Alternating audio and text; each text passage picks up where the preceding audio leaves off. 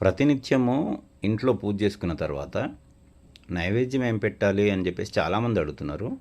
అయితే మీరు హిందూ దేవతలలో ఏ దేవి దేవతలకు పూజ చేసుకున్నా కూడా బెల్లం ముక్క నైవేద్యంగా పెట్టడం చాలా విశిష్టం.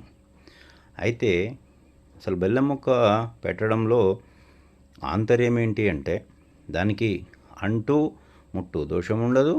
అదేవిధంగా స్టాక్ ఉన్నా కూడా నిల్వ దోషం కూడా ఉండదు. అంటే ఒకరోజు తర్వాత పాడైపోతుంది అట్లాంటివి లేకుండా, తర్వాత ఏ దేవి దేవతలకైనా కూడా చిన్న బెల్లం ముక్క నైవేద్యంగా పెట్టి పూజ అయిన తర్వాత కొద్దిగా అక్కడ ఉంచి కొంచెం నోట్లో వేసుకోండి. ఆ మిగతా భాగం చీమలకు వేయండి. తెల్లవారి చీమలకు వేస్తే మంచిది. ఈ విధంగా ప్రతిరోజు మీరు పూజ చేసుకున్న తర్వాత నైవేద్యంగా బెల్లం పెట్టండి. పెట్టి చూడండి ఎంత శుభకరంగా ఉంటుందో, ఎంత మంచి ఫలితాలు ఉంటాయో మీరే ప్రత్యక్షంగా మీరు అనుభవం ద్వారా కూడా తెలుసుకోవచ్చు. అంటే ప్రతిసారి కూడా అంటే నైవేద్యం వండిన నైవేద్యం పెట్టాలి అంటే చాలామందికి ఇబ్బంది అవుతుంది.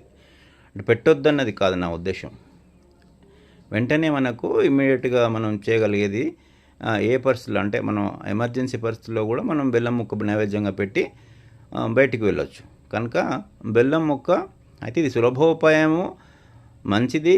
కానీ బెల్లం మాత్రమే పెట్టమని కాదు నేను చెప్పేది.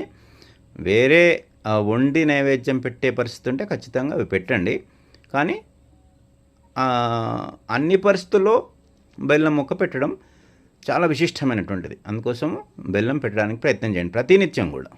అందరికీ ఆ పరమేశ్వరుని ఆశీస్సులు.